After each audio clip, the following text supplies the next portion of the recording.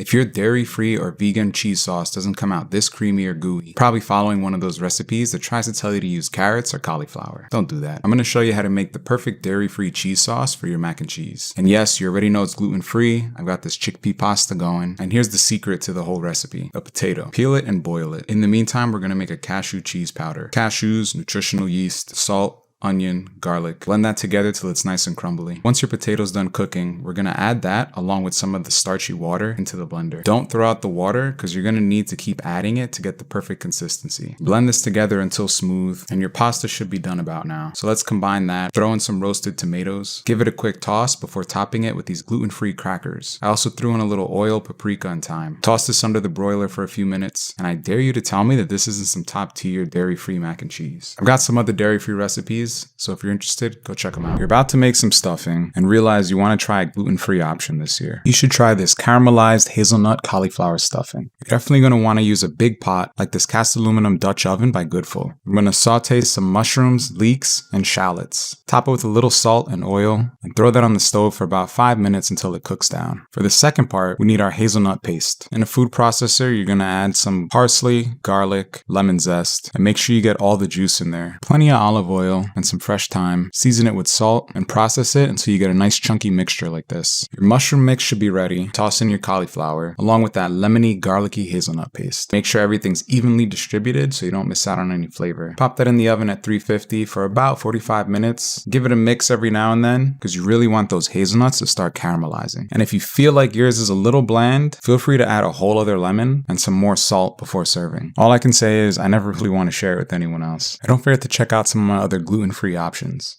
You're probably not eating enough vegetables, so I'm going to show you 2 simple ways to make broccoli. This first one's my go-to when I don't really feel like thinking about what to make. So we're going to start by steaming some regular broccoli. While that's cooking, go get yourself some baby broccoli. Drizzle some olive oil, salt, garlic, and I'm topping it with some already cooked quinoa. This is going to give it a nice little crunch. Toss that into the oven or the broiler, and now let's check on the steamed broccoli. Don't overcook this. You don't want it to turn brown. I'm drizzling on a little olive oil, salt, some garlic powder, because you don't always feel like crushing garlic, and lemon juice. You give that a toss, and now let's go check on our oven. Probably could have cooked this a little bit longer to give it a little bit more of that crunch, but this is good for now. Top it with a little lemon juice, some lemon zest for a little more depth, and there you have it. This one takes a little bit longer, texture is way better, it tastes better, and it's one of those things, you know, when you're trying to impress somebody, even if that somebody's yourself. If you need some more veggie ideas, I got you. Just make sure you follow or check back periodically.